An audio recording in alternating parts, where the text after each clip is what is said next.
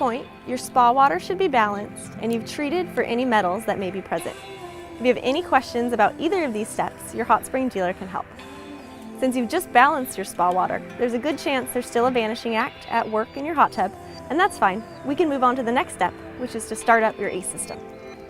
The first step when starting up your ACE system is to add salt. Take a look at the label on the bottle of salt that came with your ACE system to determine how much salt you need based on your spa model. You can add the salt 1 cup at a time directly to the filter compartment with the jets running. After you've added all the salts and the jets have run for a few minutes, use the salt test strips that also came with the ACE system to verify that you have the right amount of salt in the water. You want to have about 1,750 parts per million of salt to maximize the efficiency of your ACE system. The second step is to tell the ACE system how much chlorine you need. Depending on when you bought your hot spring spa, you'll have one of two ways of doing this. If you have an older hot spring spa, you'll need to first set the spa size. You can look up the spa size in the owner's manual and input it into your control panel. You'll only need to do this step once. Then you'll need to set your use level between 1 and 5. If you have a newer hot spring spa, you won't need to set a spa size. You'll simply select an output level between 0 and 10.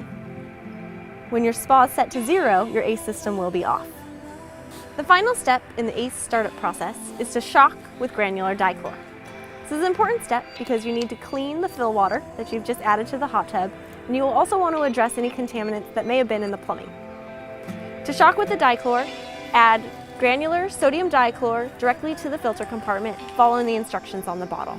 You want to bring the chlorine level up in the water to 5 parts per million. After shocking, make sure you reposition the vanishing act over the heater return on the spa because it's likely moved. With that, you're done, and you'll return to the spa 24 hours later. The next day, you'll test the water again with a test strip, checking for pH, alkalinity, hardness, and now dichlor. If your hardness is still above 50 parts per million, you'll need to add another vanishing act, calcium remover. If you had especially hard water, you may be using a larger vanishing act that will allow you to remove more hardness. But it's important that you do get that hardness level down to 50 parts per million. Finally, make sure that there's about 3 parts per million of chlorine in the water. The way the ACE system works is that it will clean the spa water before it can establish a chlorine residual.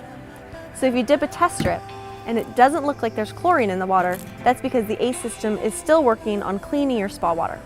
Once the spa water's clean, it can build up the chlorine residual that you will see on your test strip. So it's important that you add dichlor to the spa water once a day until the ACE system has caught up with your use pattern and cleaned your spa water effectively. From there, you can let the ACE system do the work. Happy hot tubbing!